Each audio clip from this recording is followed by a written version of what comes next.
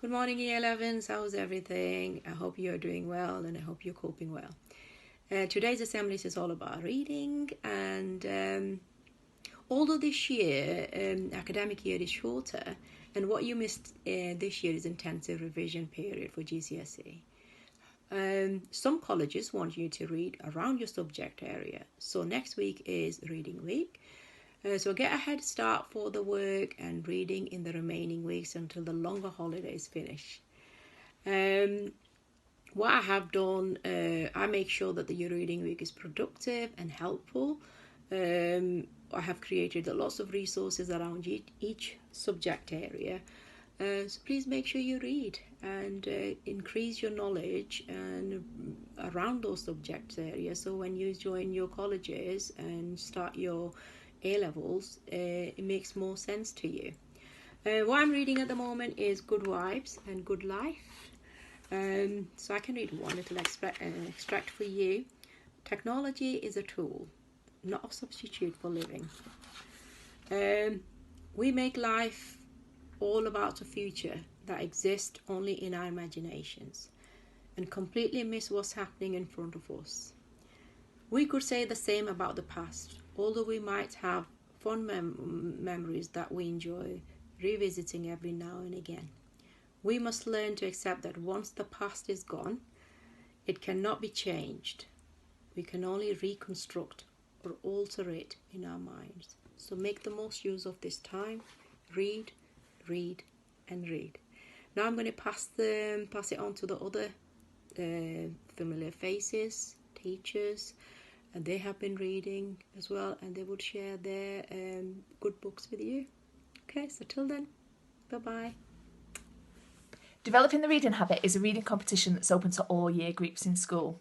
For every 15-minute block of reading for pleasure that you do each day, simply get it signed off on the reading passport that was emailed home on Friday. Once you've completed your Developing the Reading Habit passport, simply take a picture of it and email it to us at school to be in with a chance of winning. If you can't print it off, you've not got a printer at home, that's absolutely fine. Simply collect your signatures on a piece of paper and send us a picture of that instead. The deadline is the final day of this half term. Good luck, guys. This is the book I've been reading, and I've been loving it because it's written so visually. When I read it, I can almost imagine that I'm in the same place as the characters, and it's taken me away from wherever I am. She wandered to the lagoon, where the early light caught the glimmer of hundreds of dragonfly wings. Oaks and thick brush encircled the water, darkening it cave-like. Like any good robber, she looked around. The silent cloud of dragonflies parted before her. Holding her breath, she steered towards the lagoon entrance, almost hidden by brambles. Ducking beneath the low-hanging limbs of giant trees, she churned slowly through thicket for more than 100 yards, as easy as turtles sliding from waterlogs. A floating mat of duckweed coloured the water as green as the leafy ceiling, creating an emerald tunnel. Finally, the trees parted and she glided into a place of wide sky and reaching grasses, the sounds of cawing birds. The view a chick gets, she reckons, when it finally breaks its shell. So the book I've just finished reading is called Fight Like a Girl, 50 Feminists Who Changed the World. Don't be put off by the title though, because it's applicable to everybody, and it's just amazing people, even though they are all women, doing amazing things to kind of make our world a better place. So in here you have people like Pauli Murray, who's a African-American lawyer who did a lot on discrimination and gender inequality and kind of trying to change the world for the better. Yoko Ono is in here, so there's some information about her and how her artwork spoke to people. And there's also a chapter on a lady called Audra Lorde, who's a poet. And I just want to share with you one of the quotes that she wrote that I think is quite applicable right now. You cannot use someone else's fire. You can only use your own. And in order to do that, you must first be willing to believe that you have it. We're just going to read you a few pages from our favourite book. We're going on a bear hunt. We absolutely love to get reading, don't we? So let's give it a go. We're going on a bear hunt. We're going to catch a big one. What a beautiful day. We aren't scared. Uh-oh, grass. Long wavy grass. We can't go over, we can't go under. We've got to go through it. Hi guys, so I'm going to read you a poem called This is a Daily Reminder. This is a daily reminder to relax, to not get angry over small things and to stay calm. This is a daily reminder to be yourself, to not care what people think and to know that you can be anything.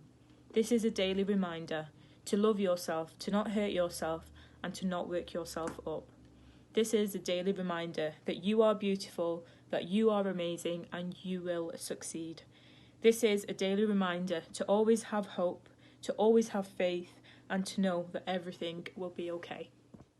Hi guys, for this week's assembly I've been asked by Mr. Harris to record myself reading from a book that I like, and at first I was like, right, well I'll choose one that makes me look that clever and want a really complex book, but then I thought actually I'm going to show you the importance of reading first, and the importance of reading is that there's messages and really important things in every book you can find usually. Some teachers will tell you about how it's going to help you with your work, and that's amazing, and it will do. It really helps you break things down and understand things and get a wider knowledge of stuff. But not only that, it's important messages about the world. And to prove that you get important messages in any book, I brought you to the new nursery that we've built. Myself and my wife are expecting a child, so we've got a little book wall ready for the go. So I just picked a random book. There'll be important messages in each one. So I'm just going to read 30 seconds from Malala Yousafzai's Magic Pencil. Just let me find the page. My voice became so powerful that dangerous men tried to silence me, but they failed. And now my voice is louder than ever. Louder because people have joined me, and together we make a chorus, standing up for what we believe. We raise our voices for those in need. Help people in danger, even if they are an ocean away. Think of the world as a family. Do you still believe in magic? I do. I wrote alone in my room, but people all over the world were reading my story. Millions now know it and help me spread my message of hope. I had at last found the magic I was looking for, in my words and in my work. I am Malala. I have always wished I could make the world a more peaceful place, and every day I work to make my wish come true. One child, one teacher, one book and one pen can change the world.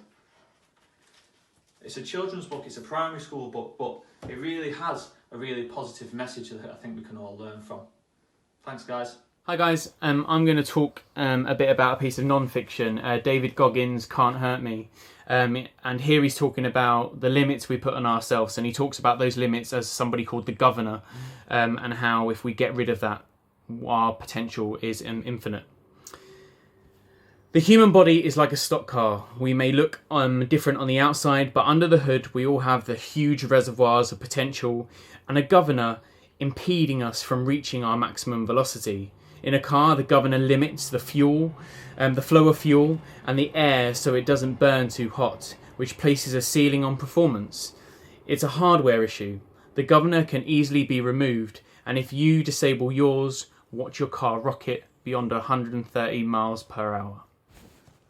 Hi everyone, celebrate Charlton High School Reading Week next week. I just wanted to share with you my favourite book, which is The Count of Monte Cristo by Alexander Dumas. And there's also an early 2000s film version if you wanted to watch the story, and it's a PG rating, so it's available for everybody. It tells the story of this character here, Edmond Dantes, and he's betrayed by all of those around him.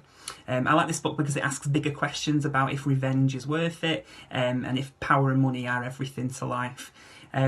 The paragraph that I'm going to read is where Edmond is imprisoned in a really notorious, a really famous French prison that's an island as well, so it's surrounded by water. And to escape this prison, Edmond has to hide in the body bag of a deceased man that they're about to throw into the sea. So here we go. They ascended 5 or 6 more steps, and then Dantes felt that they took him one by the head and the other by the heels and swung him to and fro.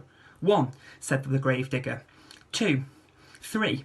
And at the same instant, Dantes felt himself flung into the air like a wounded bird, falling with a rapidity that made his blood curdle.